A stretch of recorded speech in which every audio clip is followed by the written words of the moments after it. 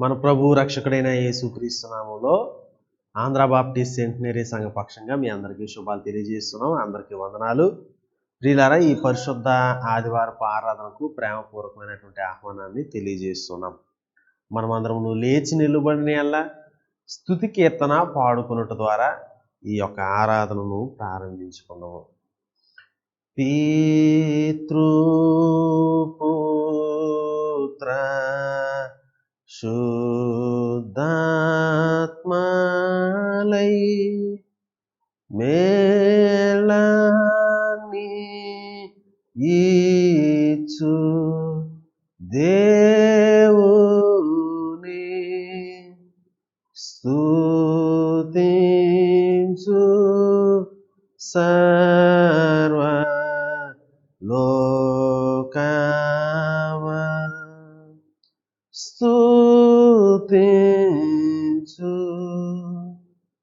దివ్య సంయమా.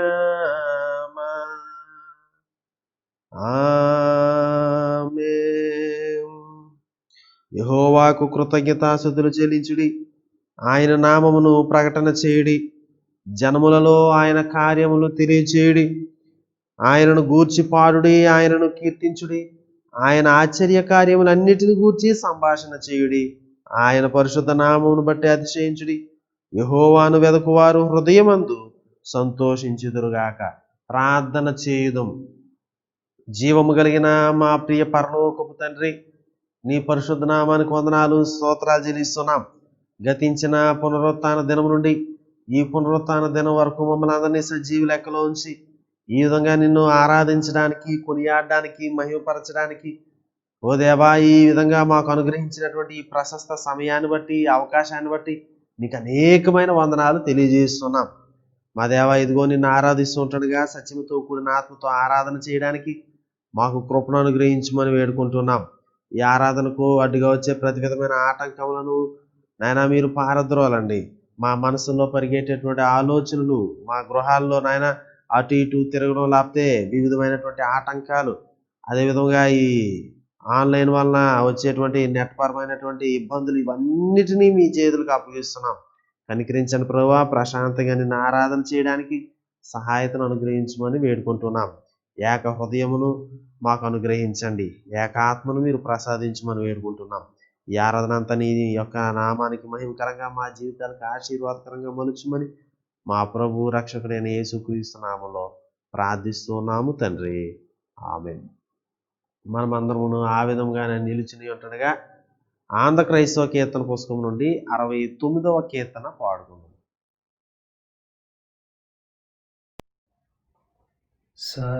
సర్వాది సములారా శ్రీ యేసే దేవుండు ఊర్మిను సాహముతో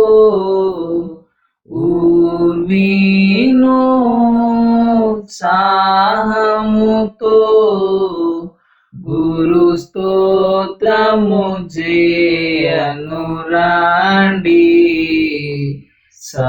సర్వాది సములారా శ్రీ యేసే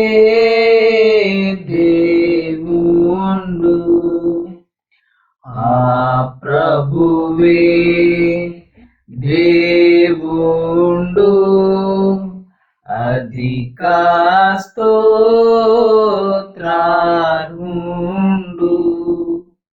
భూప్రజలందరినీ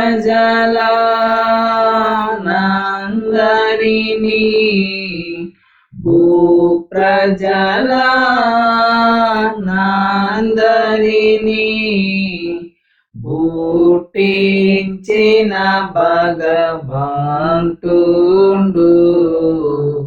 సర్వాది సములారా శ్రీ యేసే దేవుండు మనము దేవుని ఉనివారా మును మరియాయన ప్రజల మనయమునా గణ ప్రభువు మనయమునా గణ ప్రభువు నెనరుతు మే పెడి గోరెలము సర్వాది సములారా శ్రీయేసే దేవుండు కృతజ్ఞ తర్పణలు కొల్లగను చెల్లింప నాతనియా వరణములో నాతనియా వరణములో నతి వినయముతో చేరండి సర్వాదే సములారా శ్రీయేసే దేవుండు ఆయనదా యామయుడు ఆయన కృపామయుడు ఆయన ప్రేమా సత్యం ఆయన ప్రేమా సత్యం బనభరతాంబుండును నిజమే సర్వాదే సములారా శ్రీయేసే దేవుండు శుభనామం మది నుంచి ప్రభునామం స్తుతించి గణనామం భక్తి భక్తిన్ గణనామం భక్తి భక్తిన్ అనయము గొలువుడి జనులారా సర్వాదే సములారా శ్రీయేసే దేవుండు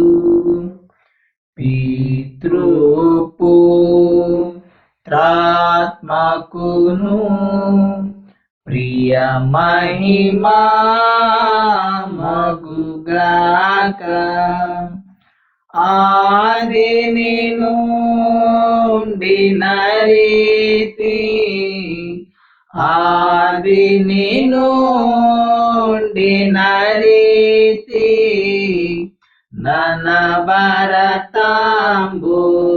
ననభరతాంబుండునుగాక సర్వాదే సములారా శ్రీయేసే దేవుండు.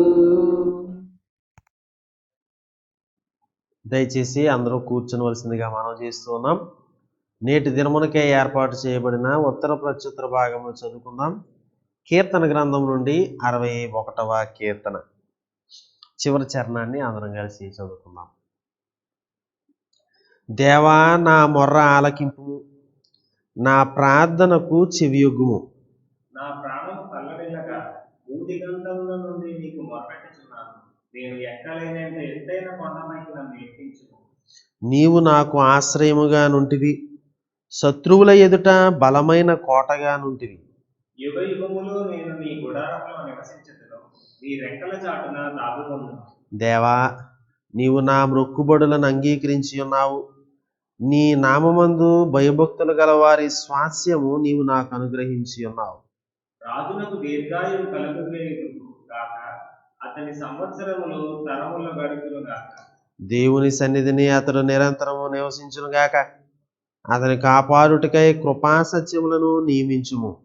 దినదినము నా మొక్కుబడులను నేను చెల్లించున్నట్లు నీ నామమును నిత్యము కీర్తించెదను. నేటి దినమునకై ఏర్పాటు చేయబడిన ధ్యాన భాగమును విందుము. లూకాసు వార్త 17వ అధ్యాయము 11వ వచనం నుండి 19వ వచనం వరకు విందాం. సహోదరి ఎల్విన్ శ్రీదేవి గారు చదివి వినిపించాలని మనవి చేస్తున్నాం. ఆ తదుపరి విజ్ఞాపన ప్రార్థనలో సహోదరి వై లలితాదేవి గారు నడిపించాలని మనవి చేస్తున్నాం. వాక్య పఠనము శ్రీమతి ఎల్విన్ శ్రీదేవి గారు, అదేవిధంగా విజ్ఞాపన ప్రార్థన శ్రీమతి వై లలితాదేవి గారు నడిపించాలని ప్రేమపూర్వకంగా ఆహ్వానిస్తున్నాం. నేటి ధ్యానం నిమిత్తమై ఏర్పాటు చేయబడిన పాఠ్యభాగము లూకాసు వార్త 17వ అధ్యాయము 11వ వచనము నుండి 19వ వచనము వరకు. ఆయన యెరూషలేమునకు ప్రయాణమై పోవుచు సమరయ గలిలయ మధ్యగా వెళ్ళుచుండెను. ఆయన యొక్క గ్రామములోనికి వెళ్ళుచుండగా 10 మంది కుష్ఠరోగులు ఆయనకు ఎదురుగా వచ్చి దూరమున నిలిచి, యేసు ప్రభువా, మమ్ము కరుణించుమని కేకలు వేసిరి. ఆయన వారిని చూచి, మీరు వెళ్ళి మిమ్మును యాజకులకు కనుపరుచుకొనుడి వారితో చెప్పెను. వారు వెళ్ళుచుండగా శుద్ధులైరి. వారిలో ఒకడు తనకు స్వస్థత కలుగుట చూచి గొప్ప శబ్దముతో దేవుని మహిమపరచుచు తిరిగి వచ్చి ఆయనకు కృతజ్ఞతాస్తుతులు చెల్లించుచు ఆయన పాదముల యొద్ద సాగిలపడెను. వాడు సమరయుడు. అందుకు యేసు, 10 మంది శుద్ధులైరి కారా? ఆ 90 ఎక్కడా? ఈ అన్యుడు తప్ప దేవుని మహిమపరచుటకు తిరిగి వచ్చిన వాడెవడునూ అగపడలేదా అని చెప్పి, నీవు లేచి పొమ్ము, నీ విశ్వాసము నిన్ను స్వస్థపరిచెనని వానితో చెప్పెను. దేవుడు ఈ వాక్యమును మన వినికినందు దీవించునుగాక. మహాఘనుడును మహోన్నతుడును పరిశుద్ధుడును నిత్య నివాసియునైన వాడు ఇలాగ సెలవిచ్చుచున్నాడు. నేను మహోన్నతమైన పరిశుద్ధ స్థలములో నివసించువాడను.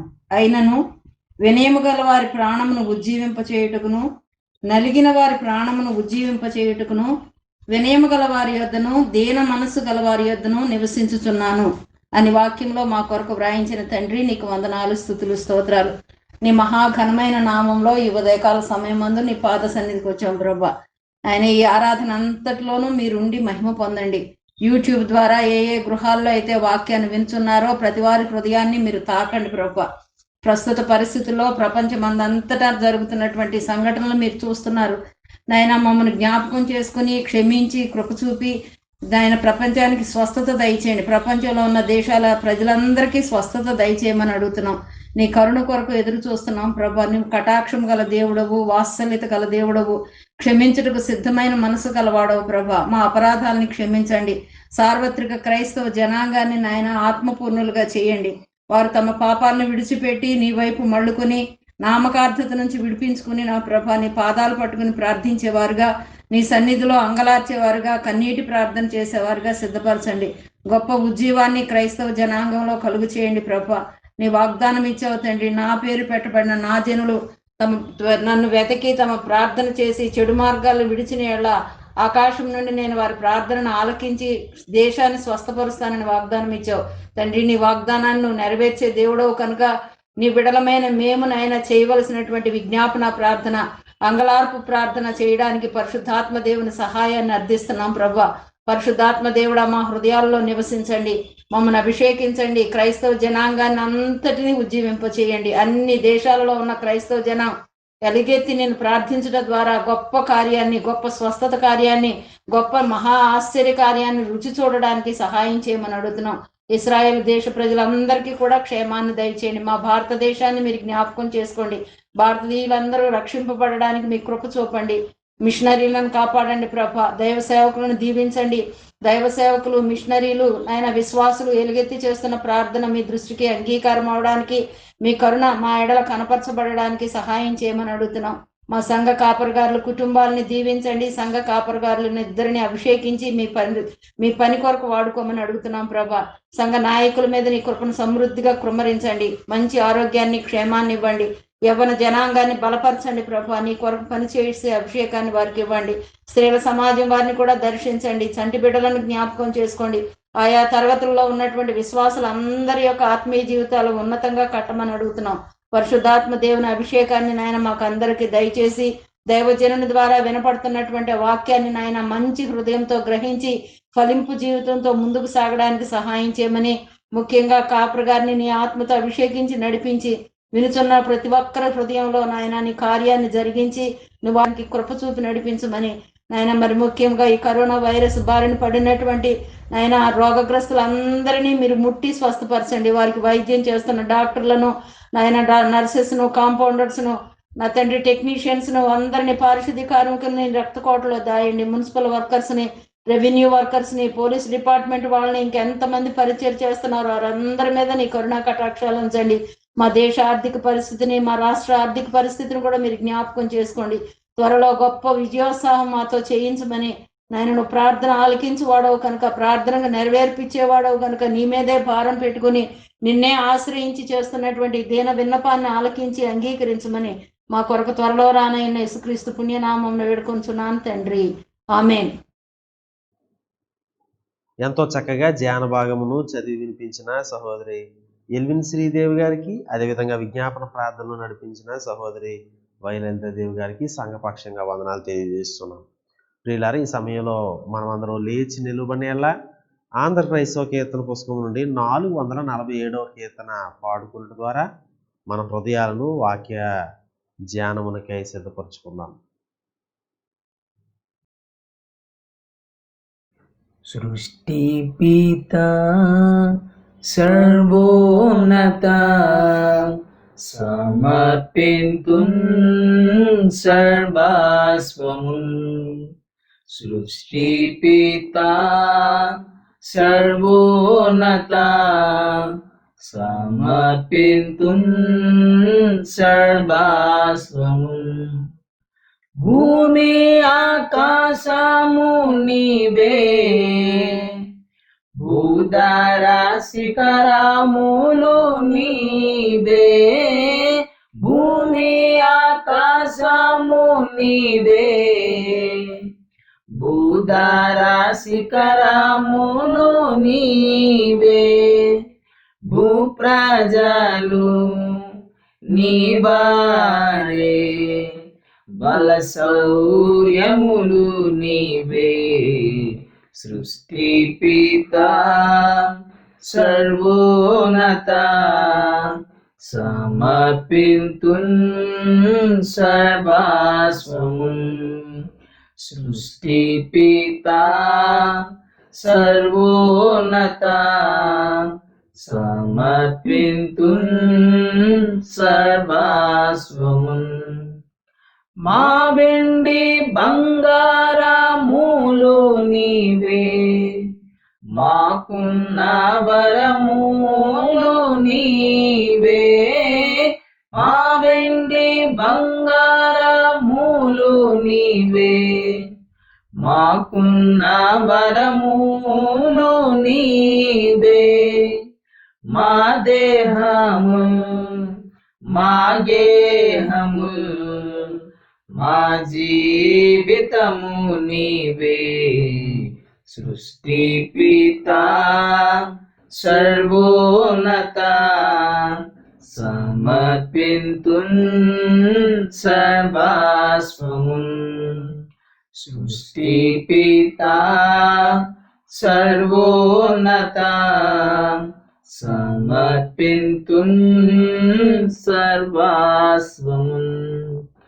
పరిశుద్ధ గ్రంథపు పలుకులు పరలోకకే చినుకులు. పరిశుద్ధ గ్రంథపు పలుకులు పరలోకకే చినుకులు. ప్రభు యేసుని మాటలు మా వెల్గు పాటలు. సృష్టి పిత సర్వోన్నత సమర్పింతున్ సర్వస్వమున్ సృష్టి పిత సర్వోన్నత సమర్పింతున్ సర్వస్వమున్ మేమిచ్చు కాంత ఏ పాటిది ఏ ప్రేమ నీకు సాటిది మేమిచ్చు కాంత ఏ పాటిది ఏ ప్రేమ నీకు సాటిది మోక్షనాద యేసు ప్రభు అంగీకరించు విభో సృష్టి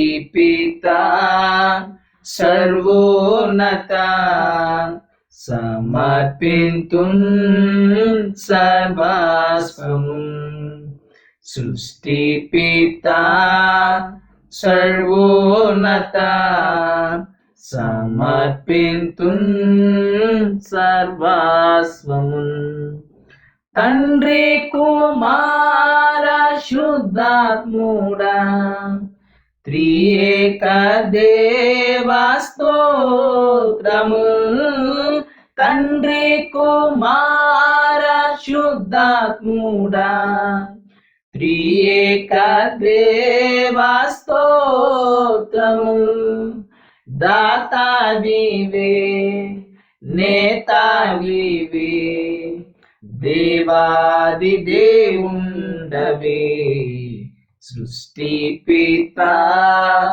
సర్వోన్నత సమర్పింతున్ సర్వస్వమున్ సృష్టి పిత సర్వోన్నత సమర్పింతున్ సర్వస్వమున్. దయచేసి అందరూ కూర్చునవలసిందిగా మనం చేస్తున్నాం. ప్రియులారా, ఈ సమయంలో కొద్ది నిమిషాలు దేవుని యొక్క వాక్యాన్ని ధ్యానం చేద్దాం. చదువుబడిన లేఖన భాగము లూకాసు వార్త 17వ అధ్యాయం.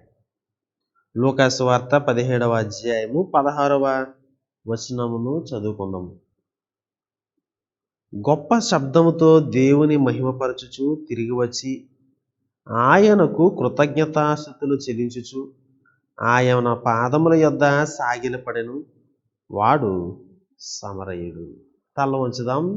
దైవ సహాయం కొరకైనటువంటి ప్రార్థన చేద్దాం. మా ప్రభువా, మా దేవా, నీ యొక్క ఘనమైన నామమునకు వందనాలు స్తోత్రాలు తెలియజేస్తున్నాం. మా జీవితాలను మీరు ఎంతగా దీవెనకరమైనటువంటి పరిస్థితుల్లోనికి నడిపిస్తున్నందుకు స్తోత్రాలు. ఎంతో ప్రతికూలమైనటువంటి పరిస్థితులలో నీ వాక్యము చేత మమ్మల్ని ముంచెత్తుతున్నందుకే నీకు వందనాలు చెల్లిస్తున్నాం. ఇదిగో దేవా, నీ వాక్కులను ధ్యానిస్తూ ఉంటుండగా నా నోటి మాటలు మా అందరి హృదయ ధ్యానము నీ దృష్టికి అంగీకారయోగ్యంగా మలుచుమని వేడుకుంటున్నాం. మీరు మాకు బోధిస్తూ ఉంటుండగా మేము సరి చేసుకోవడానికి, ఓ దేవా, నీ వాక్కులకు లొంగడానికి, ప్రోత్సహించబడడానికి మాకు సహాయతను అనుగ్రహించమని వేడుకుంటున్నాం. మా జీవిత స్థితిగతులను బాగుగా ఎరిగినటువంటి దేవుడివి ప్రభువా, మమ్మల్ని వ్యక్తిగతంగా మీరు దర్శిస్తున్నారు అనేటువంటి తలంపు చేత అట్టి వినయ భయభక్తులతో నీ వాక్కులను స్వీకరించినట్లుగా మాకు సహాయతను అనుగ్రహించండి. ఓ దేవా, ఇదిగో నీ సేవకుడును సిలువు చాటును మరుగుపరచండి. తాళక బోర ఊదినట్లు సత్యాన్ని స్పష్టముగా ధైర్యముగా ప్రకటించు కృపను అనుగ్రహించండి. యేసుక్రీస్తు ప్రశస్త నామంలో ప్రార్థిస్తున్నాము తండ్రి, ఆమేన్. యేసుక్రీస్తు వారి యొక్క ప్రశస్త నామంలో మరి ఒకసారి మీ అందరికీ వందనాలు తెలియజేస్తున్నాం. ప్రియ సహోదరి సహోదరులారా, దేవాతి దేవుడు మన జీవితాల్లో అనేకమైనటువంటి కార్యాలను జరిగిస్తూ ఉంటారు. మనము ఈ లోకంలో మనకు ఎదురయ్యేటువంటి అనేకమైనటువంటి పరిస్థితులను, మన కుటుంబాల్లో మన యొక్క వృత్తిరీత్యా జరిగేటువంటి ఆ విధానాల్లో నూతనమైనటువంటి సవాళ్ళు, నూతనమైనటువంటి రిలేషన్స్, వీటన్నిటిలో పడి ఆయా దేవునితో కలిసి మనం నడిచినటువంటి జీవిత స్థితిగతులను మర్చిపోతూ ఉంటాం.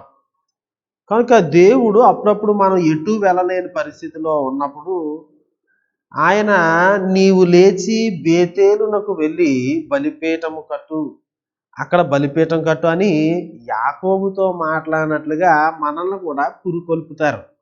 ఎంతో కాలము క్రితము దేవునితో నీవు చేసుకున్నటువంటి నిబంధనలు, లేకపోతే ఆయన ఇంతవరకు ఎట్లా నడిపించాడో ఆ విషయాల గురించి నువ్వు సెట్ చేసుకోకుండా నీ భవిష్యత్తును ఎదుర్కోలేవు అనేటువంటి సత్యము చేత ఆయన మనలను దర్శిస్తూ ఉంటారు. ఇక ఈ దినపు ధ్యానంలోనికి వస్తే, యేసుక్రీస్తు వారు యెరూషలేమునకు ప్రయాణమై వెళ్తూ ఉన్నాడు. అక్కడ సమరయ ప్రాంతపు బోర్డర్స్లో యేసుక్రీస్తు వారు వాటిని దాటుతూ ఉన్నప్పుడు ఆయనకు ఎదురుగా దూరమున నిలిచి 10 మంది కుష్ఠరోగులు, అంటే ఈ రోజున మనం చెప్పుకునేటువంటి కుష్ఠరోగం కాదు, అది ఒక రకమైనటువంటి చర్మవ్యాధి. చాలా రకాలైనటువంటి క్లస్టర్లో ఉన్నటువంటి వ్యాధులన్నింటినీ బైబిల్ కాలంలో కుష్ఠరోగము అనేటువంటి వారు దాని గురించి మాట్లాడుతున్నారు. ఆ వ్యాధి కలిగినటువంటి వారు ఏంటంటే, ఒకవైపు మతపరమైన, మరొక వైపు సాంఘిక పరమైనటువంటి అస్పృశ్యతను, లేకపోతే ఆ దూరంగా ఉంచుట అనే దాన్ని అనుభవించాల్సి వచ్చేది. అట్లాంటి పరిస్థితుల్లో యేసుక్రీస్తు వారికి దూరముగా నిలిచి ఈ 10 మంది కుష్ఠరోగులు, అయ్యా మాకు సహాయం చెయ్యి, మమ్మను కరుణించు అని కేకలు వేశారు. అప్పుడు యేసుక్రీస్తు వారు ఏమన్నారంటే, మీరు వెళ్ళి యాజకులకు కనపరుచుకోమన్నాడు. ఎందుకంటే తగ్గింది లేకపోతే ఇది కుష్ఠరోగము అనేది నిర్ణయించేది యాజకులు. సో యేసుక్రీస్తు వారి మాటకు లోబడి వీరు వెళ్తూ ఉన్నప్పుడు వారు శుద్ధులైరి, వ్యాధి పోయింది. వాళ్ళు వెళ్ళారు, యాజకునికి కనపరుచుకుని బలులు అర్పించి ఇవన్నీ చేసుంటారు. అయితే అందులో ఒకడు తనకు స్వస్థత కలుగుట చూచి దేవుణ్ణి గొప్ప శబ్దంతో మహిమపరుస్తూ తిరిగి వచ్చి యేసుక్రీస్తు వారి యొక్క ఆ పాదముల యొద్ద సాగిలపడి ఆయనకు కృతజ్ఞతాస్తుతులు చెల్లించినారు. అప్పుడు యేసుక్రీస్తు వారు అన్నటువంటి మాటలు చాలా చాలా ప్రాముఖ్యమైనటువంటి మాటలు. 10 మంది శుద్ధులైరు కారా, ఆ 90 ఎక్కడా అని ఆయన ప్రశ్నించి, ఈ అన్యుడు తప్ప దేవుని మహిమపరచుటకు తిరిగి వచ్చిన వాడు ఎవడను అగుపడలేదా అని రిటారికల్గా ప్రశ్నించి, నీవు లేచిపోము, నీ విశ్వాసము నిన్ను స్వస్థపరచినని వానితో చెప్పాను. ఈ విధంగా 3 డైలాగులు యేసుక్రీస్తు మాట్లాడినట్లుగా మనం చూస్తాం. ఇక్కడ మనకి చాలా చాలా తెలిసినటువంటి వాక్య భాగం ఇది. దేవుడు ఇతని జీవితంలో కార్యము చేసినప్పుడు ఈ సమరయులు, యూదులు వీళ్ళందరూ కూడా కలిసి ఉంటారు యాక్చువల్గా. కానీ ఎప్పుడైతే వారి జీవితాల్లో ఈ భయంకరమైన రోగం వచ్చినదో, ఎప్పుడైతే వారు సమాజానికి దూరంగా జీవించాలో, అప్పుడు వారందరూ ఏకమై జీవించారు. ఈ సమరయుడైనటువంటి వాడు, ఈ అన్యుడైనటువంటి వాడు, అతనికి మిగిలిన వారికి ఉన్నటువంటి వ్యత్యాసాన్ని యేసుక్రీస్తు వారు హైలైట్ చేస్తూ ఉన్నట్లుగా మనము చూస్తాం. దానిలో అత్యంత ప్రాముఖ్యమైనది ఏంటంటే, దేవుడు ఇతని జీవితంలో కార్యం చేసినప్పుడు తిరిగి వచ్చి ఆయనకు కృతజ్ఞతాస్తుతులు చెల్లించుచు ఆయన పాదముల యొద్ద సాగిలపడెను. దేవుని మహిమపరుస్తున్నాడు, యేసుక్రీస్తు వారికి కృతజ్ఞతాస్తుతులు చెల్లిస్తూ ఉన్నాడు, ఆయన పాదముల యొద్ద సాగిలు పడుతున్నాడు. కానీ ఇంతకీ ఏంటి, వాడు సమరయుడు.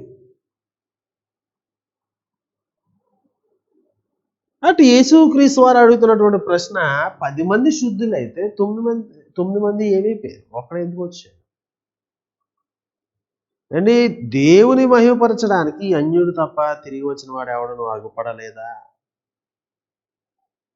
ప్రియులారా, గ్రాటిట్యూడ్ అనేది, కృతజ్ఞతాభావము, కృతజ్ఞతాస్తుతులు చెల్లించేటువంటి విధానము చాలా చాలా ప్రాముఖ్యమైనటువంటి విధానం అని మనము గ్రహించాలి.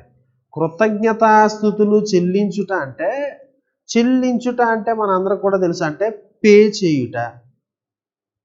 చెల్లించుట అనగా మనము మార్కెట్కి వెళ్ళి కావలసిన వస్తువులు కొనుక్కున్నప్పుడు వాటికి తగినటువంటి మూల్యాన్ని, ధనాన్ని ఏం చేయాలి? అవతల వాడికి ఇవ్వాలి. అది చెల్లించుట. కృతజ్ఞత స్తుతులను చెల్లించుట అంటే ఎలా చెల్లిస్తాం?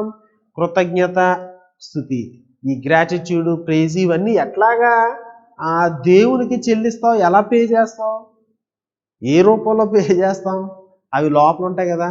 ఒకవేళ మార్కెట్కి వెళ్ళి నేను కృతజ్ఞతాస్తుతులు చెల్లిస్తున్నాను, తీసుకుని ఇలా ఇవి అంటే ఇస్తారా ఎవరు? మరి దేవునికి కృతజ్ఞతాస్తుతులు చెల్లించుట అంటే ఏంటి అంటే థింకింగ్ ద థ్యాంక్ అన్నారు. అంటే మన యొక్క కృతజ్ఞతను ఆలోచించుట, ఎక్నాలెడ్జ్ చేయుట, రికగ్నైజ్ చేయుట. Thinking expressed, think your thanking object. ఇట్లాగా అనేకమైనటువంటి మాటల చేత దీనిని ఇది చేశారు. ఒక మాటలో చెప్పాలి అంటే మన యొక్క తలంపులు, ఆలోచనలు, హృదయములో ఉన్నటువంటి ఊహలు ఇవన్నీ కూడా దేవుని ఎడల కృతజ్ఞతా భావముతో నింపబడి వ్యక్తీకరించబడుటను కృతజ్ఞతాస్తుతులు చెల్లించుట అని అన్నారు. చెల్లించకుండా మార్కెట్లో ఒక వస్తువును తీసుకుంటే అది ఎంత నేరమో, కృతజ్ఞతాస్తుతులు చెల్లించాల్సిన పరిస్థితుల్లో ఆ కృతజ్ఞతను చెల్లించకపోతే అంతకంటే భయంకరమైన నేరం అనేటువంటి సత్యాన్ని గ్రహించాలి. కృతజ్ఞతాస్తుతులు చెల్లించుట అనగా ఆలోచించుట, కృతజ్ఞత భావముతో ఏం చేశాడు దేవుడు, నాకు ఏం చేసినాడు, ఎంతగా ఇది చేశాడు, ఇవన్నీ కూడా ఆలోచించాలి. ఆలోచించినప్పుడు అది వివిధ రీతుల్లో ఎక్స్ప్రెస్ చేయబడుతుంది, వ్యక్తీకరించబడుతుంది. మన ఊహలు, ఆలోచనలు, హృదయపు తలంపులు ఇవన్నీ కూడా ఆ యొక్క విధానంలో కృతజ్ఞత చేత నింపబడాలి. ఈ యొక్క స్వస్థపరచబడినటువంటి ఈ కుష్ఠరోగి, ఈ సమరయుడు, యేసుక్రీస్తు మాటలో ఈ అన్యుడు హృదయం అంతా యేసుక్రీస్తు వారి చేత నింపబడి ఆలోచిస్తూ ఉన్నాడు. నాకు ఈ కార్యం ఆయన చేయడానికి నేను ఎంతటి వారను, నన్ను ఇంత విధానంలో నోటి మాట చేత ఈ విధంగా స్వస్థపరిచినాడు. ఇవన్నీ ఆలోచన చేసి గొప్ప శబ్దముతో దేవుని మహిమపరచుచూ తిరిగి వచ్చి ఆయనకు కృతజ్ఞతాస్తుతులు చెల్లించుచున్నాడు. దేవుడు కార్యము చేసినప్పుడు, దేవుడు మన జీవితాల్లో జోక్యం చేసుకున్నప్పుడు కృతజ్ఞతాస్తుతులు చెల్లించవలసిన వారమై ఉన్నాము. ఇక్కడ కృతజ్ఞతాస్తుతులను చెల్లించుటను, కృతజ్ఞతను చెల్లించుటను, లేకపోతే ఏమంటుందంటే కృతజ్ఞతా హృదయాన్ని కలిగి ఉండుటను గురించినటువంటి కొన్ని సత్యాలు మనము నేర్చుకోవడానికి ప్రయత్నం చేద్దాం. నిజానికి ఈ యొక్క భాగము పైన ఉన్నటువంటి భాగం నుండి ఫ్లో అవుతుంది. 1వ వచనం నుంచి కూడా 7వ వచనం నుండి మనం గమనించినట్లయితే యేసుక్రీస్తు వారు ఒక సత్యాన్ని చెప్తున్నాడు. ఏంటంటే, దున్నువాడు కానీ మేపువాడు కానీ మీలో ఎవరికైనా ఒక దాసుడు ఉండగా వాడు పొలములో నుండి వచ్చినప్పుడు నీవు ఇప్పుడే వెళ్ళి భోజనము చేయమని వానితో చెప్పడు. అంతేకాక నేను భోజనము చేయుటకు ఏమైనా సిద్ధపరిచి నడుము కట్టుకుని నేను అన్నపానములు పుచ్చుకునే వరకు నాకు పరిచారం చేయము. అటు తరువాత నీవు అన్నపానములు పుచ్చుకొని వచ్చినని వానితో చెప్పును గాని ఆ దాసుడు ఆజ్ఞాపించబడిన పనులు చేసినందుకు వాడు దయ చూపినని వానిని మెచ్చిన అటువలే మీరును మీకు ఆజ్ఞాపించబడినవన్నీ చేసిన తరువాత మేము నిష్ప్రయోజకులమైన దాసులము, మేము చేయవలసినవే చేసి ఉన్నామని చెప్పుడనని. యేసుక్రీస్తు ఏం చెప్తున్నాడు? ఎవరైనా ఒక యజమానికి ఒక అసిస్టెంట్, ఒక దాసుడు ఉన్నట్లయితే ఈ యొక్క దాసుడు, ఈ యొక్క యజమాని పని నుంచి వచ్చారు, చాలా కష్టతరమైన దున్నడమో ఏదో పొలం పని చేసి వచ్చారు. వచ్చిన తర్వాత ఈరోజు ఎంతో ఎండగాసింది, ఈ ఎండలో నువ్వు నాకు సహాయం చేసావు ఓ దాసుడా, నీకు చాలా వందనాలు అని ఆయన చెప్తాడా? చెప్పడు కదా. కానీ ఏం చెప్తాడు? నాకు భోజనం పెట్టు, ఇవన్నీ చెయ్యి అని చెప్పి అయ్యగారు తిన్న తర్వాత ఏం చేస్తాడు? దాసుని సరే ఇప్పుడు నువ్వు భోజనం చెయ్యి అంటాడు. ఈ దాసుడు ఏం చేయాలి? నేను చేయగలిగినంత చేశాను కానీ సరిగ్గా చేయలేకపోయాను అనే తలంతో ఉండాలి తప్ప నా యజమానుడు నాకు థ్యాంక్స్ చెప్పాలని ఎక్స్పెక్ట్ చేయకూడదు. అది యేసుక్రీస్తు చెప్తా ఉన్నాడు. చూడండి అక్కడ 9వ వచనం, ఆ దాసుడు ఆజ్ఞాపించబడిన పనులు చేసినందుకు వాడు దయ చూపెనని వానిని మెచ్చునా, తెలుగులో మెచ్చునా అని ట్రాన్స్లేట్ చేశారు. ఏంటంటే వానికి థ్యాంక్స్ చెప్తాడా, వానికి కృతజ్ఞత చూపుతాడా యజమాని? చూపడు కదా అని చెప్పిన తర్వాత ఇప్పుడు 11వ వచనం నుంచి 19వ వచనం వరకు లూకా సువార్తికుడు ఏం రాస్తున్నాడు?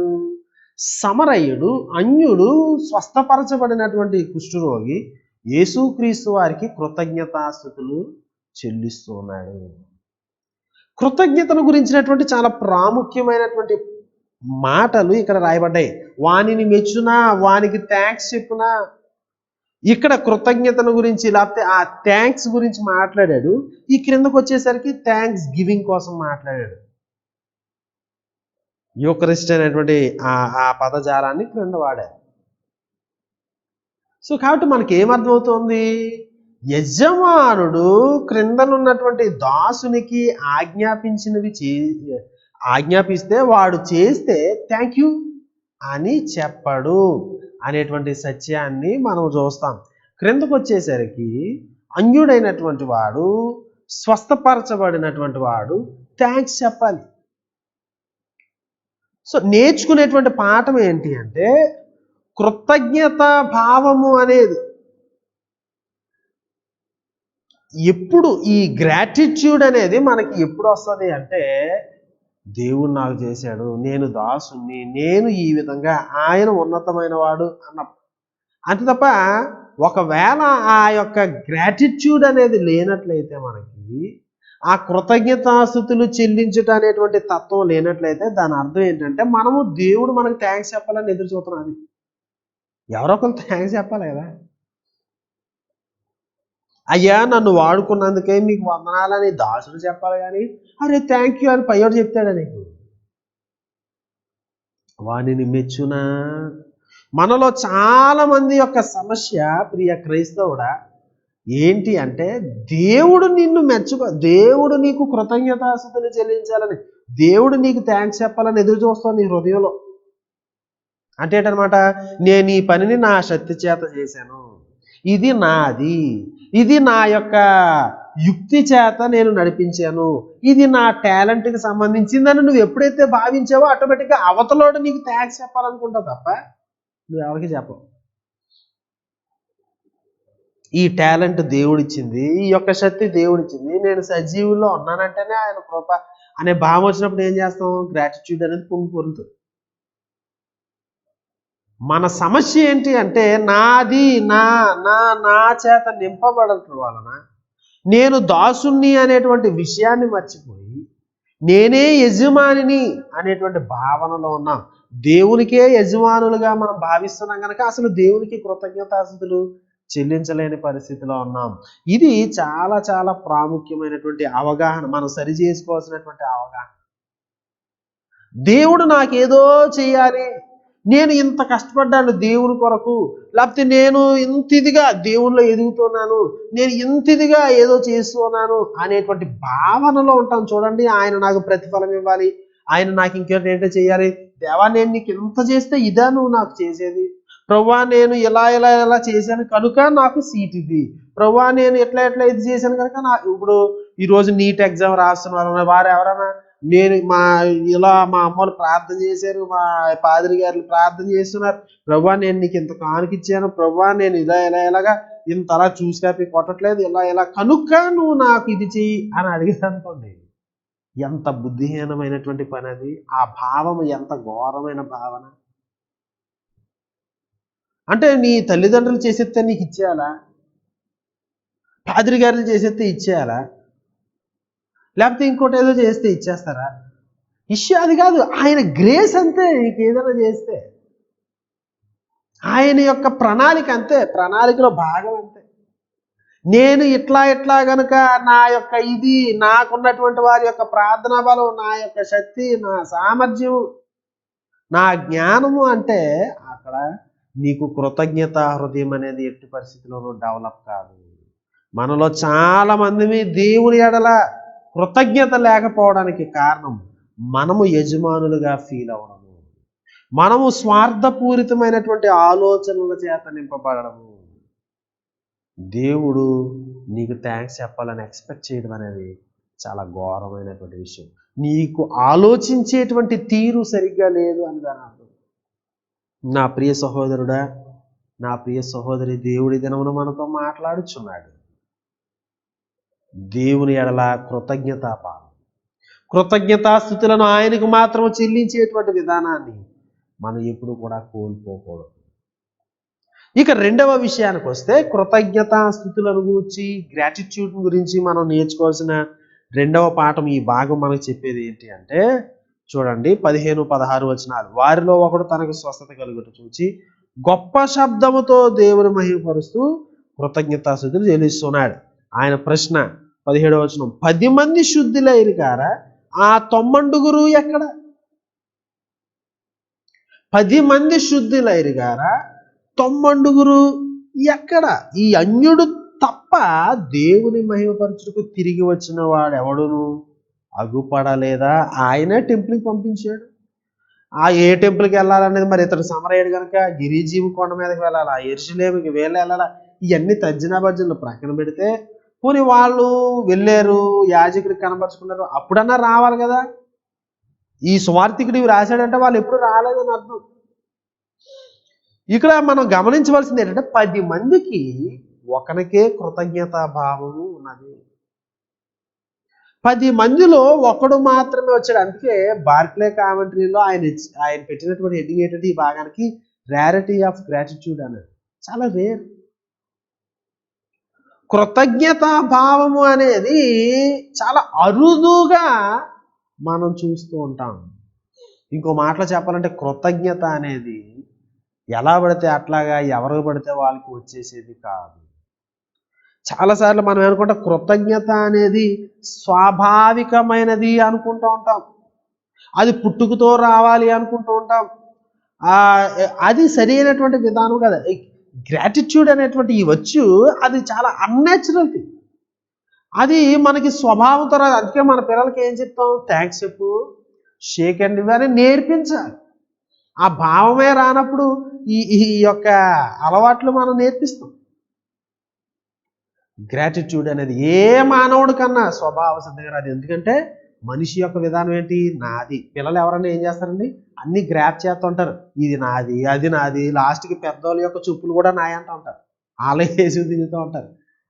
నావి, నాది అనేటువంటి తత్వము చేత పిల్లకాయలు నింపబడతారు. అది మన యొక్క స్వభావ సిద్ధం. పిల్లలను చూసినప్పుడు ఏంటంటే మురిసిపోవడమే కాదు, మన యొక్క స్వభావం ఆ రోజుల్లో ఏమై ఉన్నది అనేది కూడా ఆలోచన చేయాలి.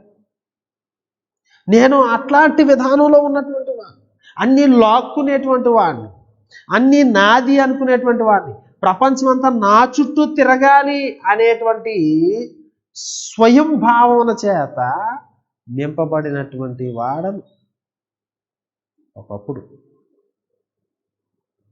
సో నేర్చుకున్నాం. ఎవరన్నా టీ ఇస్తే థ్యాంక్ యూ అని చెప్పడం నేర్చుకున్నాం.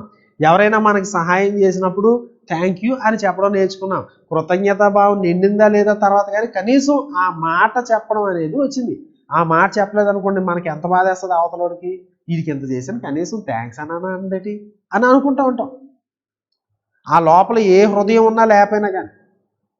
మరి దేవుడు 10 మందికి చేస్తే, యేసుక్రీస్తు వారు 10 మందిని శుద్ధిపరిస్తే ఒక్కడే వెనక్కి వచ్చాడు. ఇది చాలా రేర్ వచ్చు అనేటువంటిది గమనించాలి. ఇది మనం డెవలప్ చేసుకో. అందుకే తెర్తులియన్ అనేటువంటి గొప్ప వేదాంతి కొన్ని వందల సంవత్సరాల క్రితం అనేది ఏంటంటే, Christians are made not born అన్నాడు. అంటే క్రైస్తవులు తయారు చేయబడేవారు, పుట్టేవారు కదా. అంటే మనం క్రైస్తవులు యేసుక్రీస్తు వారి యొక్క సారూప్యంలో ఎదగడానికి ఆయన మనల్ని కన్నాడు. నూతన జన్మ ద్వారా మనము ఇది చేసే ఇవన్నీ నిజమే. అది ఒక్క క్షణములో విశ్వాసము వలన మనము నీతిమంతులుగా తీర్చబడ్డాము. కానీ నీతిమంతులుగా తయారు చేయబడుట అనేది అది లైఫ్ లాంగ్ ప్రాసెస్.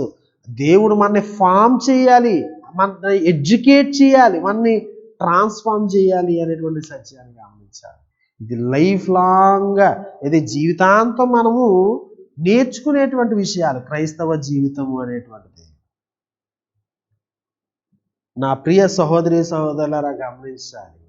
అందుకే ఈ బైబిల్ గ్రంథంలో చాలాసార్లు పదే పదే చూడండి. 103వ కీర్తన మన అందరికీ బాగా తెలిసినటువంటి కీర్తన. కొన్ని మాటలు మనం చూస్తే ఇంకా క్లియర్గా అర్థమవుతుంది.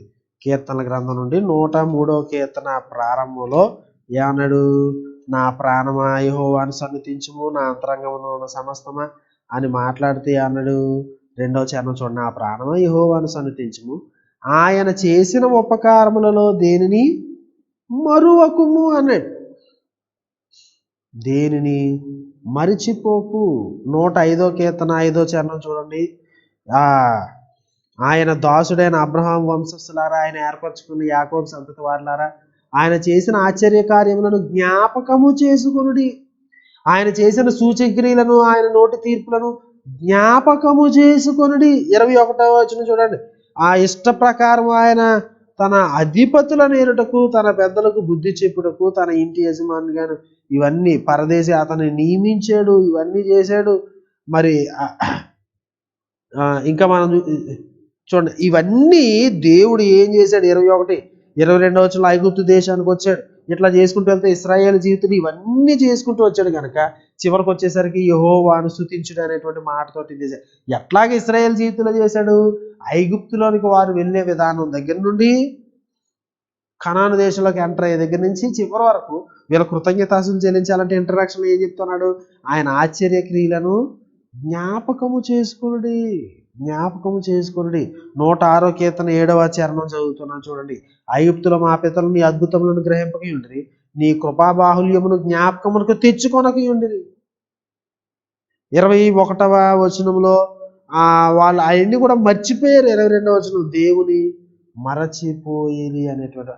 ఇక్కడ ఏంటంటే దేవుడు చెప్తూ ఉన్నాడు పరిశుద్ధ గ్రంథంలో, మీరు జ్ఞాపకము చేసుకునుడి, మరిచిపోవద్దు. అంటే దాని అర్థం ఏంటనమాట? దేవుడు ఎంత కార్యం చేసినా మనం మర్చిపోతామని అర్థం. జ్ఞాపకం చేసుకోవాల్సింది మనం, ఆయన జ్ఞాపకం చేయండి. జ్ఞాపకము చేసుకునుట అనేటువంటిది నువ్వు ఎక్సర్సైజ్ చేయాలి. ఈ మైండ్కి సంబంధించినటువంటి పని. ఆలోచనలను దేని చేత నింపుకోవాలి అనేది నువ్వు ఎక్సర్సైజ్ చేయాలి. మరిచిపోకూడదు. కాబట్టి మరిచిపోకుండా చాలా చేస్తాం. ఒక పద్యాన్ని కంఠస్థ పెట్టాలి అంటే చాలా ఉంటాయి. అట్లాగే ఆయన చేసిన కార్యాలను మర్చిపోకుండా ఉండాలంటే వివిధ రీతుల్లో మనం జ్ఞాపకం చేసుకోవాలి. ద్వితీయోపదేశ కాలంలో ఇశ్రాయేలు జనాంగానికి పదే పదే అదే నేర్పించాడు. మీ పిల్లలకి వీళ్ళందరూ కూడా నేర్పించాలి. ఏంటి అంటే దేవుడు ఏం చేశాడు అనేటువంటివి. చూడండి, మచ్చుకి 8వ అధ్యాయము చాలా క్లాసిక్ ఎగ్జాంపుల్ మనకి. అదొకటి మాత్రం చూద్దాం. 8వ అధ్యాయం ద్వితీయోపదేశ కాండం 8వ అధ్యాయము 2వ వచనం నుంచి మనం చూడొచ్చు. నేను 2వ వచనం నుంచి చదువుతాను. మరియు నీవు ఆయన ఆజ్ఞలను గైకొందువో లేదో నిన్ను శోధించి నీ హృదయంలో ఉన్నది తెలుసుకున్నటకు నిన్ను అనచు నిమిత్తము అరణ్యంలో ఈ 40 సంవత్సరములు నీ దేవుడైన యెహోవా నిన్ను నడిపించిన మార్గం అంతటిని జ్ఞాపకము చేసుకొనుము, జ్ఞాపకము చేసుకొనుము. చూడండి, ఇంకా 10వ వచనం నుంచి 14వ వచనం వరకు పదే పదే మాటలు రాయబడ్డాయి. 11 చదువుతున్నాను. నేడు నేను నీకు ఆజ్ఞాపించు ఆయన ఆజ్ఞలను, విధులను, కట్టడలను నీవు అనుసరింపక నీ దేవుడైన యెహోవాను మరచి కడుపారా తిని మంచి ఇల్లు కట్టించుకుని ఇవన్నీ చేసి 14వ వచనం నీ మనస్సు మదించి దాసుల గృహమైన ఐగుప్తు దేశంలో నుండి నేను రప్పించిన నీ దేవుడైన యెహోవాను మరచెదవేమో. 18వ వచనం కాగా నీ దేవుడైన యెహోవాను జ్ఞాపకము చేసుకొనవలెను. జ్ఞాపకము చేసుకో. చూడండి ఏం మాట్లాడుతున్నాడు? జ్ఞాపకము చేసుకొనవలెను, మరచిపోకూడదు. దేవుడిని కార్యాలు చేస్తే ఎలా మర్చిపోతారో అని మనం అనుకోవచ్చు. కానీ దేవుడు వాళ్ళకి మన్నా ఇచ్చాడు, వాళ్ళు ఉదయాన్నే తెచ్చుకున్నారు, ఇంకా తింటూ ఉన్నారు నోట్లో. కానీ దేవుడు మర్చిపోయి ఆయన మీద సరుగుతూ ఉన్నారు. ఆయన యొక్క చేసిన కార్యాన్ని ఆలోచించకుండానే, ఆయన అద్భుతాన్ని చూస్తేనే ఎదురుగా అగ్నిపర్వతం, అగ్నిస్తంభం ఉన్నది, లేకపోతే ఆ మేఘస్తంభం ఉన్నది, దాన్ని చూస్తూనే ఉన్నారు. ప్రత్యక్ష గుడారం మీద అదంతా జరుగుతూనే ఉంది. కానీ వాళ్ళు దేవుడు ఏం చేశాడో మర్చిపోయి సనిగారు, వ్యభిచరించారు, ఇవన్నీ చేశారు. మన ఎదుటగానే జరుగుతూ ఉంటుండగా, ఆయన ఆ కార్యాన్ని చేస్తూ ఉంటుండగానే వీళ్ళకి ఏం చేశారంటే ఎప్పుడో 30 సంవత్సరాల క్రితం జరిగిన దానికి కృతజ్ఞత చూపడం కాదు ఈ యొక్క కుష్ఠరోగులు, ఈ 9 మంది యొక్క సమస్య. ఆ స్పాట్లో ఆయన చేశాడు. అలా జరుగుతూ ఉంటుండగానే వాళ్ళు ఇంకా దేవాలయానికి కూడా వెళ్ళలేదు. ఈ దారిలో ఉంటుండగానే స్వస్థత వచ్చింది. ఆ స్వస్థతను అనుభవిస్తూనే కృతజ్ఞతా భావం లేకుండా జీవిస్తున్నారు, మరిచిపోతున్నారు ఎట్లా జరిగింది ఇది అనేది, జ్ఞాపకము చేసుకుంటలేదు. అంటే ఇది చాలా అస్వాభావికమైనటువంటి వచ్చు. నా ప్రియ సహోదరి సహోదరుడా గమనించాలి. మొట్టమొదటిగా మనకి కృతజ్ఞతా భావం రాకపోవడానికి కారణం ఏంటి అంటే, కృతజ్ఞతల గురించి మనం నేర్చుకునేది మనము స్వయం గురించి ఆలోచన చేస్తూ దేవుడే మనకి థ్యాంక్స్ చెప్పాలి అనేటువంటి భావన చేత, దేవుడే కృతజ్ఞతా భావంతో మనకి ఈ కార్యం చేయాలి ఆ కార్యం చేయాలి, ఆయన ఎందుకు ఈ కార్యం చేయాలంటే ఎందుకు అనేటువంటి కారణం నువ్వు ఎప్పుడైతే చెప్పావో, ఆ కృప అనేటువంటిది నీకు అర్థం కాలేదు, ఆటోమేటిక్గా నీకు కృతజ్ఞత అనే భావం ఉండదు. తర్వాత రెండవదిగా మనం ఏం నేర్చుకుంటున్నాం, కృతజ్ఞత అనేది నీవు నేను డెవలప్ చేసుకోవాల్సింది. కృతజ్ఞత అనేది ఆ ఆలోచన విధానము, మన ఊహలను మనం నింపుకునేది, మన హృదయాలను కృతజ్ఞత చేత నింపుకునేది, ఆ దేవుని గురించి ఆలోచన చేసేది అనేది నేను ఎంచుకోవాలి, ఏది ఆలోచించాలి అనేది. వాళ్ళు నాకు ఎలా చేశారు, వీళ్ళు ఎలా చేశారు, వాళ్ళు నన్ను నష్టపరిచారు, ఇలా మనుషుల కోసం ఆలోచన చేస్తున్నప్పుడు నువ్వు ఎప్పుడు వేరే వాటితో ఆలోచన, ఒకేసారి రెండు ఆలోచనలు ఉండవు కదా. రోజంతా నువ్వు ఏ ఆలోచన చేత నింపబడుతున్నావు అనేది అది నువ్వు డిసైడ్ చేసింది, నీ మైండ్ డిసైడ్ చేసుకున్నది, ఎవరో చేసింది కాదు. నువ్వు ఈ ఆలోచనలు వద్దు నాకు అనుకుంటే అవి కావాలి వేరేవి, ఏవి ఆలోచించాలనుకుంటావు అవి. నాకు దేవుడు స్వస్థతను అనుగ్రహించాడు, దేవుడు నన్ను లేపినాడు, దేవుడు నన్ను బాగు చేసినాడు, దేవుడు నన్ను సజీవ లెక్కలో ఉంచాడు, వాటి చేత నువ్వు ఆలోచన నింపుకోవాలి. దేవుని మర్చిపోకుండా ఉండడం అనేది నీ చేతిలో ఉన్నది, దేవుని జ్ఞాపకం చేసుకున్నట్టు అనేది నీ చేతిలో ఉన్నది, అది ఆ కృతజ్ఞత భావన డెవలప్ చేసుకున్నట్టు అనేది నీ చేతిలో ఉన్నది. ఈ అన్యుడు తప్ప మరి ఎవరు లేరా, 10 మందికి ఒకడే వస్తాడు. ప్రియ క్రైస్తవుడా గమనించాలి, దేవుడు నీకు అనేకమైన కార్యాలు చేస్తున్నావు, నువ్వు ఆ 9 మందిలో ఉన్నావా ఒకరిలో ఉన్నావా అది నీ చేతిలో. ఇది నువ్వు ట్రాన్స్ఫార్మ్ చేసుకోవాల్సినటువంటి విషయం. పరిశుద్ధాత్ముడు నీకు నేర్పిస్తూ ఉంటుండగా, నిన్ను సరి చేస్తూ ఉంటుండగా, ఆయనకు లొంగి నీ ఆలోచనలు వాటి చేత నింపుకునేటట్లు చేసుకోవడం, నీ ఆలోచనలను క్రీస్తుకు చెరపట్టుట ద్వారా కృతజ్ఞతా భావాన్ని కలిగి ఉంట. ఇక చివరిగా మరి ఒక ఆలోచన కూడా ఇక్కడ వ్రాయబడి ఉన్నది చూడండి. యేసుక్రీస్తు వారు చెప్పిన మాట ధ్యాన భాగంలో లోకాసు వార్త 17వ అధ్యాయము 19వ వచనం. ఈ అన్యుడు తప్ప ఎవరు అగుపడలేదా అని చెప్పి, నీవు లేచిపోము, నీ విశ్వాసము నిన్ను స్వస్థపరచెను. గ్రీకు భాషలో ఉన్నదానికి ఏంటంటే నీ విశ్వాసము నిన్ను రక్షించెను, సేవ్ చేసింది అని. లోకాసు వార్తలో ఇంకా 7వ అధ్యాయం 50వ వచనంలో, 8వ అధ్యాయం 48వ వచనంలో, ఇక్కడ తర్వాత 18వ అధ్యాయం 42వ వచనంలో పదే ఈ మాటలు రాయబడ్డాయి. లేచిపోము, నీ విశ్వాసము నిన్ను రక్షించెను, నీ విశ్వాసము నిన్ను మేడ్ హోల్, నిన్ను పరిపూర్ణంగా చేసింది, నిన్ను రిస్టోర్ చేసింది. ఏంటది? ఇప్పుడు 10 మంది వచ్చారు, 10 మందికి కుష్ఠరోగం తగ్గిందా? తగ్గింది. మరి యేసుక్రీస్తు ఇతనితో ఏమన్నాడు? నీ విశ్వాసం నేను స్వస్థపరచను. ఆల్రెడీ స్వస్థత వచ్చింది కదా, శుద్ధులయ్యారు కదా, మరి వీడు ఒక్కడికే ఎందుకు చెప్తా ఉన్నాడు? మరి 9 మంది పరిస్థితి ఏంటి అంటే, శారీరకమైనటువంటి స్వస్థత వచ్చిన తరువాత కూడా ఇంకా అది పరిపూర్ణంగా అవలేదనమాట. అది మనకు అర్థమవుతుంది. అది ఎట్లా పరిపూర్ణమైంది? గ్రాటిట్యూడ్ చేత. మన యొక్క విశ్వాసపు జీవితము కృతజ్ఞతాభావము చేత నింపబడితే తప్ప పరిపూర్ణం కానటువంటిది ఉన్నది. అర్థమవుతోందండి నేను చెప్పేది? ఈ యొక్క స్వస్థత అనేటువంటి దానిలో ఈ గ్రాటిట్యూడ్ అనేటువంటి డైమెన్షన్ ఉంటుంది. చాలా మంది స్వస్థపరచబడతారు. 10 మంది స్వస్థపరచబడితే ఒకరే సంపూర్ణంగా ఆ ప్రాసెస్ గుండా వెళ్తారు. శారీరకమైన స్వస్థత వస్తే చాలు అని అనుకునేటువంటి వారు, నా అప్పులు తీరితే చాలు అనుకునేటువంటి వారు, నా పిల్లలు స్థిరపరచబడితే చాలు అనుకునేటువంటి వారు, వారి జీవితాలు అక్కడితోనే అయిపోతాయి అంతే. కానీ నీ యొక్క ఆర్థిక వ్యవస్థ సరైన రీతిలో ఉండుట అనేది, నీ శరీరపు రోగములు రుగ్మతలన్నీ కూడా పోయి ఆరోగ్యంగా ఉండుట అనేది, నీ బిడ్డలు స్థిరపరచబడుట అనేది, ఇంకోటి నువ్వు అనుకుంటున్నటువంటి విషయం, దేవుణ్ణి కనికరించు అని నీవు అడిగినటువంటి సత్యం, అది కంప్లీట్గా ఎప్పుడు ఫుల్ఫిల్ అవుతుందంటే నీ విశ్వాసం వలన నీవు బీయింగ్ మేడ్ హోల్, నిన్ను స్వస్థపరిచెను, నీవు రక్షించబడ్డావు. దేవుని ఎడల నీకున్నటువంటి విధానము సరి చేయబడింది, దేవునితో కనెక్షన్ కంప్లీట్ అయింది. రక్షించబడుట సోజానమే అంటే ఇది విశ్వాస జీవితానికి సంబంధించినటువంటి విషయం, దేవునికి సంబంధించినటువంటి విషయం. చాలా మందిని చూస్తూ ఉన్నాం మనం, మన జీవితాల్లో కూడా చూస్తూ ఉన్నాం, ఎవరి దగ్గరకు అక్కర్లేదు. స్వస్థపరచబడుట అనేది అది కంప్లీట్ అయిపోయినట్టు కాదు అనేటువంటి సత్యాన్ని గమనించాలి.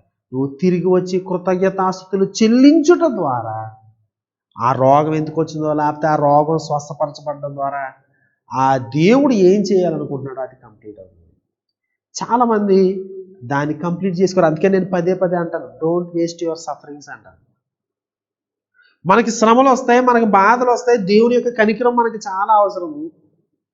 ఆ కనికరాన్ని పొందినటువంటి మనము దాని నుండి ఏమి నేర్చుకోవాలో, అదంతా జరిగిన తర్వాత ఏ విధంగా బిహేవ్ చేయాలో మిస్ అయిపోతాం. ఇంతగా దేవుడు నేను నడిపించి, ద్వితీయోపదేశకాండం 8వ అధ్యాయంలో చూసాం కదా, ఆయన 40 సంవత్సరములు వారిని నడిపించి నీ పితరులు ఎరిగిన మన్నాతో పోషించి ఇవన్నీ చేసిన తర్వాత వారు మర్చిపోయారు అనుకోండి, ఈ 40 సంవత్సరాలు వేస్ట్. మళ్ళీ తిప్పుతాడు.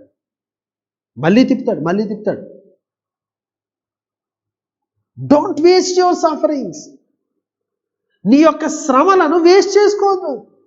ఆయన ఏ కార్యము నీలో చేయాలనుకుంటున్నాడో, నీ హృదయాన్ని ఏ విధంగా వంచాలనుకుంటున్నాడో, ఏ విధంగా నిన్ను ట్రాన్స్ఫార్మ్ చేయాలనుకుంటున్నాడో, ఏ విధంగా నిన్ను ఎడ్యుకేట్ చేయాలనుకుంటున్నాడో, ఏ విధంగా నీ మైండ్ సెట్ని ఫామ్ చేయాలనుకుంటున్నాడు, ఆ ఫార్మేషనల్ ప్రక్రియను ఆయన చేయనివి. ఎట్లా చేస్తాడు? కృతజ్ఞత. నీకు కృతజ్ఞత లేకుండా అది పూర్తి కాదు. ఆయన స్వస్థపరిచాడు నిజమే, ఆయన బ్రతికించాడు నిజమే, ఆయన నీ జీవితంలో జోక్యం చేసుకున్నాడు నిజమే. ఆ జోక్యత గురించి నువ్వు స్థిరంగా ఆలోచన చేస్తే, సరి అయిన రీతిలో పూర్తిగా ఆలోచన చేస్తే కృతజ్ఞతా భావం పొంగి పొర్లుతుంది. అప్పుడు ఆయన ఏం చేయాలనుకుంటున్నాడు అది నీ జీవితంలో స్థిరపరచబడుతుంది. నా ప్రియ క్రైస్తవ జనాంగమ, చాలా మందికి దేవుడు ఏం చేయాలనుకుంటున్నాడో దాన్ని పరిపూర్ణం చేయనివ్వడం లేదు. వీళ్ళు వచ్చారు, ఈ 10 మంది ఏమన్నారు? ప్రభువా, మాస్టర్. ఈ లోకా సువార్తలు ఈ పదాన్ని యేసుక్రీస్తును సంబోధించేది ఎవరంటే శిష్యులు మాత్రమే. బయట వాళ్ళు శిష్యులు కాని వారు ఏంటంటే ఉపాధ్యాయుడా, టీచర్, బోధకుడా అనేది సంబోధిస్తారు. ఓన్లీ శిష్యులు మాత్రమే మాస్టర్, ప్రభువా. ఈ 10 మంది కుష్ఠరోగులు ప్రభువా అని పిలవగలిగారు. అంటే శిష్యత్వానికి చాలా దగ్గరలో ఉన్నటువంటి వారు. మమ్మల్ని కరుణించుము, మాకు స్వస్థత ఇవ్వు ప్రభువా, మాకు ఇది తగ్గించు ప్రభువా అని అడగడం లేదు. మమ్మల్ని కరుణించు, నువ్వు ఏం చేయాలో అది చేయి, నీకు తెలుసు, నువ్వు యజమానువు కాబట్టి నీకు తెలుసు, మమ్మల్ని కరుణించు. కాబట్టి ఆయనకే ఆప్షన్ ఇచ్చేంత ఆ మంచి హృదయం కలిగినటువంటి వారు వీరు. అంత మాత్రమే కాదు, వాళ్ళు ఏం చేశారు? మీరు యాజకులు కనపరచుకోమంటే కుష్ఠరోగంతోనే వెళ్తూ ఉన్నారు. అంటే విశ్వాసంతో వెళ్తూ ఉన్నారు, బయలుదేరారు, స్వస్థత కలిగింది. యేసుక్రీస్తు చెప్పినట్లే యాజకునికి కనపరుచుకున్నారు. లోపలికి వెళ్ళాలంటే ఖచ్చితంగా చెప్పాలి కదా, సమాజంలోకి వెళ్ళాలంటే అన్నీ చేస్తున్నారు. కానీ కృతజ్ఞతా భావం అందరికీ కనీసం ఇద్దరు వచ్చినా బాగున్నదేమో అనిపిస్తూ ఉంటుంది ఒక్కోసారి. నా ప్రియ సహోదరుడా, నువ్వు దేవుని మాస్టర్ అని పిలిచేంత దగ్గరవాడవే కావచ్చు, ప్రభువా అని పిలిచేంత చాలా సన్నిహిత సంబంధమే నీకు ఉండొచ్చు దేవునితో. ప్రభువా, నీ చిత్తము అని ఆయన చేతికి అప్పగించి నన్ను కరుణించు అని ఆయన వేడుకునేంత క్లోజ్ ప్రార్థనాపరుడువే కావచ్చు. కన్నీటితో ఆయన వేడుకోవచ్చు. విశ్వాసముతో ముందుకు సాగిపోయి దేవుని యొక్క గొప్ప అద్భుతాన్ని నీవు చవి చూడవచ్చును. ఆయన ఆజ్ఞలకు లోబడి చూపించుకోమన్నాడు కనుక వెళ్ళి యాజకుడిని చూపించుకోవచ్చును. ఇన్ని చేసిన కృతజ్ఞత అనేది ఆటోమేటిక్గా రాదు. గమనించాలి. ఇన్ని జరిగిన దేవుడు నీ జీవితంలో ఏం చేయాలనుకున్నాడో అది కంప్లీట్ అనేది అవ్వాలి అంటే పరలోక సంబంధమైనటువంటి విషయములను రుచి చూచినటువంటి మనము దానిలో కొనసాగాలి అంటే ఈ పర్టికులర్ ఫేజ్ ద్వారా దేవుడు నన్ను నడిపిస్తున్నప్పుడు ఏం నేర్చుకోవాలో, లేకపోతే ఏ విధంగా అది నన్ను రక్షించి నా విశ్వాస యాత్ర అది ఇది చేయబడిందో అది కంప్లీట్ కావాలి అంటే గ్రాటిట్యూడ్ అనేది చాలా అవసరం. కృతజ్ఞత అనేది, ఆలోచించుట అనేది, ఇదంతా కూడా ఏంటంటే ఆలోచనకు సంబంధించినది. నీ పూర్ణ బలముతో నువ్వు ఆరాధించడమే కాదు, నీ పూర్ణ మనసుతో ఆరాధించాలి, థింక్ చేయాలి. దేవుడు బుర్ర ఇచ్చాడు, ఆలోచించాలి. క్రైస్తవుడు బుర్రలేని క్రైస్తవ్యం కాదు. నీ బుర్రను ఉపయోగించాలి. నీ ఆలోచనలను దేని చేత నింపుకుంటూ ఉన్నావు? నేను చాలా దగ్గరగా వచ్చానండి, ప్రభువా ప్రభు అని పిలుస్తూ ఉన్నానండి, ఆయనకి ఆప్షన్ ఇస్తూ ఉన్నానండి, వినయ భయభక్తులతో ఆయన సేవిస్తూ ఉన్నానండి, విశ్వాసంతో ముందుకు సాగుతూ ఉన్నానండి, అంత మాత్రాన కృతజ్ఞత అనేది ముందుకు రాదు. నువ్వు నింపుకోవాలి. అది నింపుకున్నప్పుడే ఆయన ఏం చేయాలనుకుంటున్నాడు అది కంప్లీట్ అవుతుంది. నీ విశ్వాసము నిన్ను స్వస్థపరిచాను, నీ విశ్వాసము నిన్ను పరిపూర్ణని చేశాను, నీ విశ్వాసము నిన్ను చాలా చక్కగా రక్షించాను. ఈ 9 మంది కుష్ఠరోగుల్ని యాజకుడు, ఓకే మీరు శుద్ధులయ్యారు, మీరు స్వస్థపరచబడ్డారు, మీరు వెళ్ళండి అని డిక్లేర్ చేశాడు. వీళ్ళు మాత్రం ఎవరండి? యేసు స్వామి డిక్లేర్ చేస్తున్నాడు, నీ విశ్వాసం నేను స్వస్థపరచాను. ప్రియులారా, కృతజ్ఞత భావం యొక్క ప్రాముఖ్యత మనకి అర్థమవుతున్నది. దేవుడు నాకు థ్యాంక్స్ చెప్పాలని ఆలోచన చేయడం కాదు, నేను దేవుడికి థ్యాంక్స్ చెప్పాలి. నాది అనే దాని చేత నింపబడితే కృతజ్ఞత అనేది రాదు. రెండవదిగా కృతజ్ఞత అనేది మనం నేర్చుకున్నది ఏంటంటే అది న్యాచురల్గా వచ్చేది కాదు, నేను డెవలప్ చేసుకోవాలి. అది చాలా రేర్గా 10 మందిలో ఒక్కడే వచ్చాడు. అది నా మైండ్కి సంబంధించింది, నా రేసుకి సంబంధించింది కాదు, నా యొక్క వ్యాధికి సంబంధించింది కాదు, నా యొక్క జ్ఞానానికి సంబంధించింది కాదు. అది పూర్తిగా నేను డెవలప్ చేసుకున్నాను, ఇంటెన్షనల్గా నా మైండ్లో నేను నింపుకునేది. చివరగా మనం నేర్చుకున్నటువంటి పాఠము ఈ కృతజ్ఞతను గురించినటువంటి భావము అనేది దేవుడు మనకు చేసే దానిని కంప్లీట్ చేస్తుంది. అది లేకుండా కంప్లీట్ కాదు. ఆయన ఏం చేయాలనుకుంటుంది, మన యొక్క శ్రమలను, మన యొక్క స్వస్థత కార్యాన్ని, దేవుడు మనకు చేసిన మేలు అది పరిపూర్ణం కావాలి అంటే నా ప్రాణమా యెహోవాను సన్నుతించు, ఆయన చేసిన ఉపకారములలో దేనిని మరువకమని నువ్వు పాట పాడాలి అంటే కృతజ్ఞతా భావం చేత నింపబడాలి. ప్రభువా నన్ను, నా కుటుంబాన్ని కృతజ్ఞతా భావంతో నింపు. నేను చాలా దగ్గరగా జీవిస్తున్నానని అనుకుంటున్నాను, నిన్ను ప్రభువా అని అనగలుగుతున్నాను, కరుణించు అని అనగలుగుతున్నాను, నువ్వు చెప్పినట్లుగా నేను విశ్వాసంతో వెళ్ళగలుగుతున్నాను, నువ్వు చెప్పిన ఆజ్ఞను పాటించగలుగుతున్నాను. కానీ కృతజ్ఞతా భావం లేనందువలన నువ్వు నాకు చేసిన కార్యాలు కంప్లీట్ కావట్లా. ఈ డైమెన్షన్లో అది కంప్లీట్ కావడం లేదు. నాకు సహాయం చేయని అనుదాం. 2 తల వంచుతాం, ప్రార్థన చేద్దాం. ప్రతి ఒక్కరు తల వంచండి. చిన్న ప్రార్థన. ప్రభువా నేను కృతజ్ఞతా భావాన్ని డెవలప్ చేసుకోవడానికి, నిశ్చయం చేసుకోవడానికి కృపనివ్వు.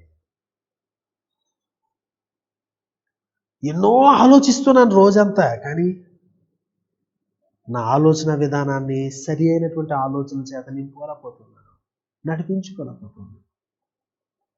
నువ్వు నాకు థ్యాంక్స్ చెప్పాలనుకోవడం ఏంటి ప్రభువా? నేను నాది అనుకునే దాని గురించి ఆలోచన చేస్తున్నాను కనుక నువ్వు నాకు ఇది చేయాలి, అది చేయాలని కృపకు బయట జీవించడానికి ప్రయత్నం చేస్తున్నాను. నన్ను క్షమించు. కృతజ్ఞత అనేది ఆటోమేటిక్గా వస్తుందిలే అన్నట్లుగా నేను ఏమాత్రం ఎక్సర్సైజ్ చేయకుండా, అభ్యసించకుండా గాలికి వదిలేశాను ప్రభువా, నన్ను క్షమించు. అది పనిగా పెట్టుకుని నేను నా హృదయాన్ని, నా ఆలోచనలు నింపుకోవడానికి, నా ఊహలను నింపుకోవడానికి సహాయం చేయాలి. చివరిగా స్వస్థత కార్యం పూర్తి కావాలి అంటే, రక్షణ కార్యం పూర్తి కావాలి అంటే, ఆయన ఏం చెయ్యాలనుకున్నాడో ఆ పర్టికులర్ సమస్య ద్వారా నీ కుటుంబంలో అది పూర్తి అవ్వాలంటే గ్రాటిట్యూడ్ లేకుండా పూర్తి కాదు. ప్రియ తండ్రి నీకు స్తోత్రాలు. నీ ముఖకాంతిలో మా జీవితాలను పరిశీలన చేసుకోవడానికి ఇచ్చిన కృపను బట్టి వందనాలు. ఎన్ని విషయాల్లో నీకు కృతజ్ఞత కలిగి ఉండాలి ప్రభు. ప్రస్తుతం మా జీవితాల్లో మీరు చేస్తున్నటువంటి స్వస్థత, ప్రస్తుతం మా జీవితాల్లో మీరు చూపిస్తున్నటువంటి కనికరం, దాని యొక్క రిజల్ట్ మేము చూస్తున్నాం.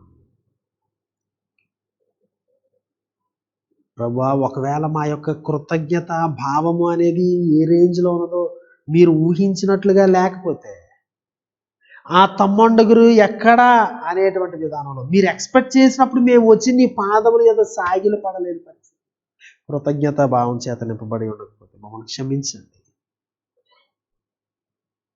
ఆ భావం లేకుండా మీరు ఏం చేయాలనుకుంటున్నారు అది కంప్లీట్ చేయరు అనేటువంటి విషయాన్ని మాకు జ్ఞాపకం చేశారు. ప్రభు, మేము చాలా దగ్గరగా వచ్చాం, మాస్టర్ అని పిలవగలిగాం, ఇది చేసాం అది చేసాం, కానీ స్వస్థత రాగానే అది పూర్తయిపోయింది అనుకుని మేము మా జీవితాన్ని మా ద్రోవలో వెళ్ళిపోతున్నాం. మళ్ళీ సమస్య వచ్చే వరకు నీ దగ్గరికి రావడం లేదు ప్రభు.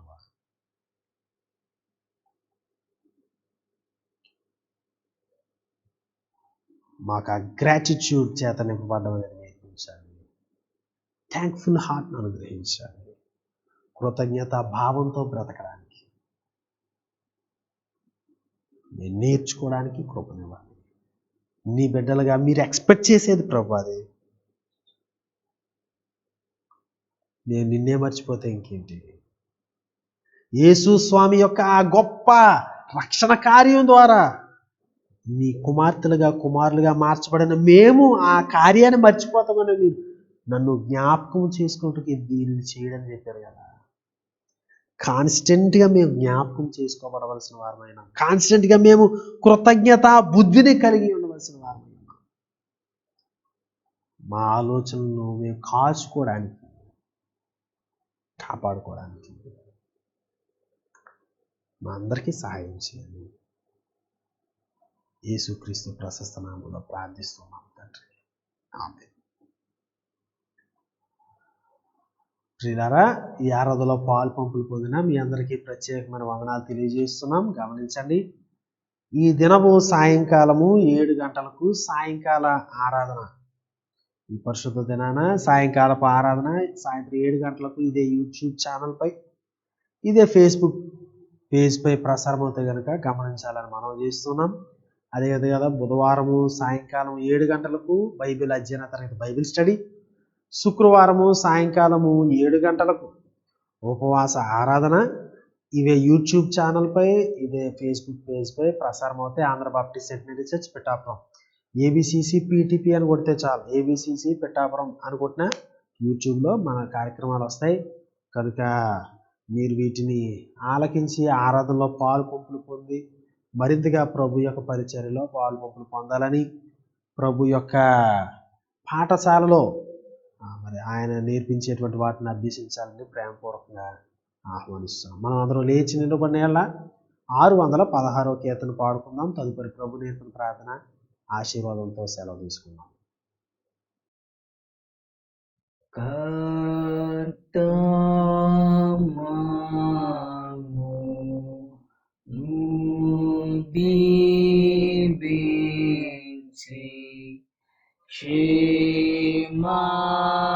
క్షేమామిచ్చి పంపుము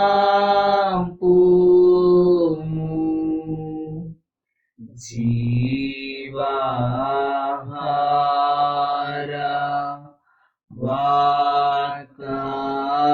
వాక్కానిచ్చి మామును పోషించు.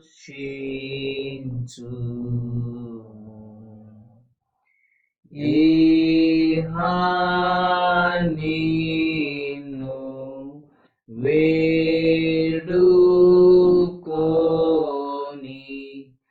బాహుగా స్తుతింతుము.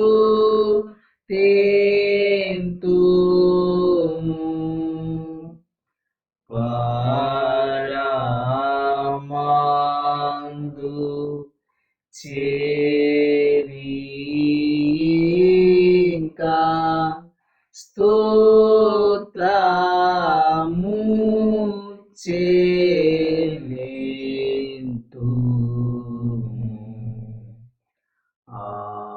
ఆమేన్. పరలోకమందున మా తండ్రి, నీ నామం పరిశుద్ధపరచబడును గాక, నీ రాజ్యం వచ్చును గాక, నీ చిత్తం పరలోకమందు నెరవేర్చున్నట్లు భూమి అందును నెరవేరును గాక. మా అనుదిన ఆహారాన్ని మాకు అనుగ్రహించండి. మా రుణస్తులను మీకు క్షమించిన ప్రకారము మా రుణములను క్షమించండి. మమ్మల్ని శోధనలోని తేక కీడు నుండి తప్పించండి. ఎందుకంటే రాజ్యము, బలము, మహిమ నిరంతరము నీవై ఉన్నవి తండ్రి.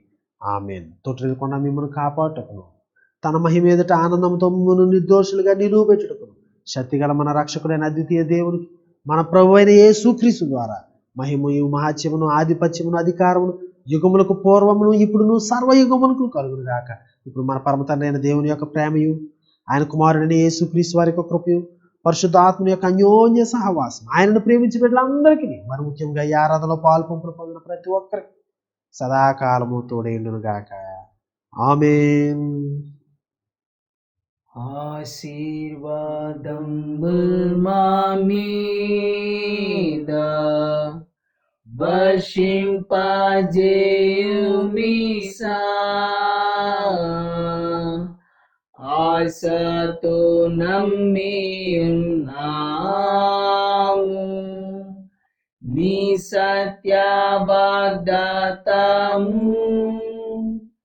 ఈ మహిమీద కృమ్మరించుము దేవా, క్రమ్మార ప్రేమ వర్షంబు కృమ్మరించుము దేవా. ఆమేన్.